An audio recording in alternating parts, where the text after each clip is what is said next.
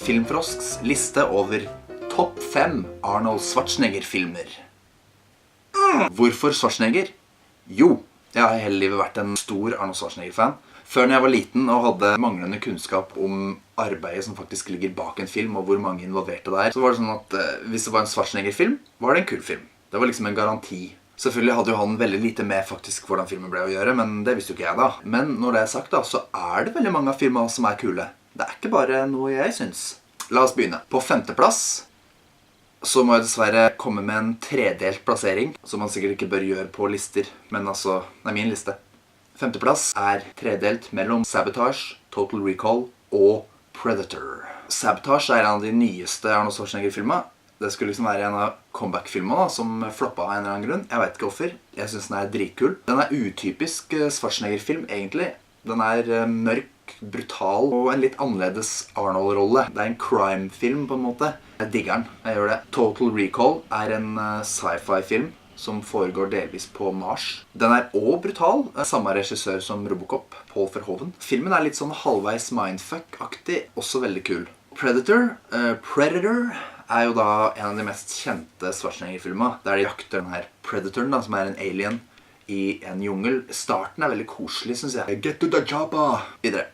Nummer 4. Last Action Hero. Actionkomedie fra midten av 90-tallet, som er en delvis parodi på typiske Hollywood blockbuster actionfilmer. Kort fortalt da, så er det en filmgæren gutt som blir dratt inn i filmverdenen. Folk tåler å bli skutt. De kan knuse en rute uten å bli noe skadet. Alle telefonnumre begynner med 555, altså 4 siffer.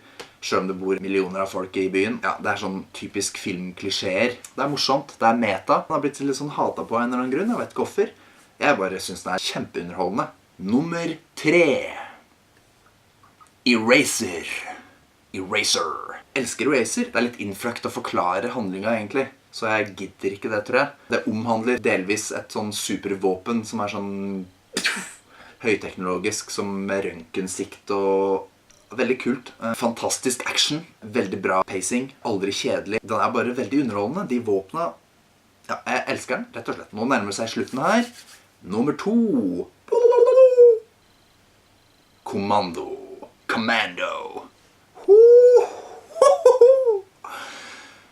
Det er en kul actionfilm. Commando er 80-talls action på sitt aller beste.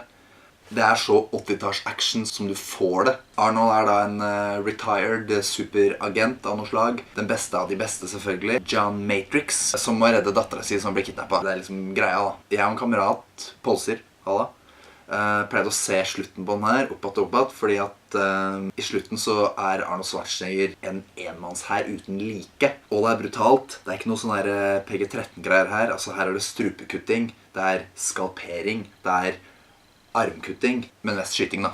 Masse skyting. Jeg vil si at Commando er den ultimate 80-talls actionfesten, og den lider ikke av ting som ofte er problemet i eldre filmer. Her er det bra effekter, det er ganske høyt budsjett, det er bra lyd, det er ikke for cheesy skuespill, som det er jo cheesy da, men ikke så cheesy. Remember, Sully, when I told you I'd kill you last? I lied. Det er så kult, ass. Ja, så å si perfekt. Så kommer vi til nummer 1. Førsteplassen på min liste over topp 5 Arnold Schwarzenegger-filmer. Det er ikke mindre enn tidenes beste film, min favorittfilm, et mesterverk, Terminator 2.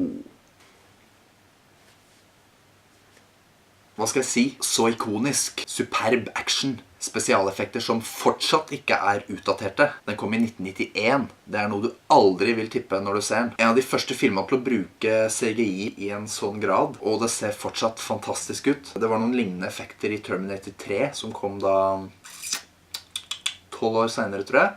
Ikke like bra. Det er ganske sykt. Men det som hever den her så mange hakk opp da, er ikke bare actionen, det er det underliggende følelsesmessige aspektet. Far og sønn-tematikken, ja, følelsene, sci-fi, action, drama, thriller, med humor, sterk kvinnelig karakter, filosofiske aspekter. Det er bare Terminator 2. Det er min favorittfilm, så det var min liste over topp 5 Arnold Schwarzenegger-filmer. Jeg tror den gikk bort dit. Og har du lyst til å abonnere, så kan du gjøre det her.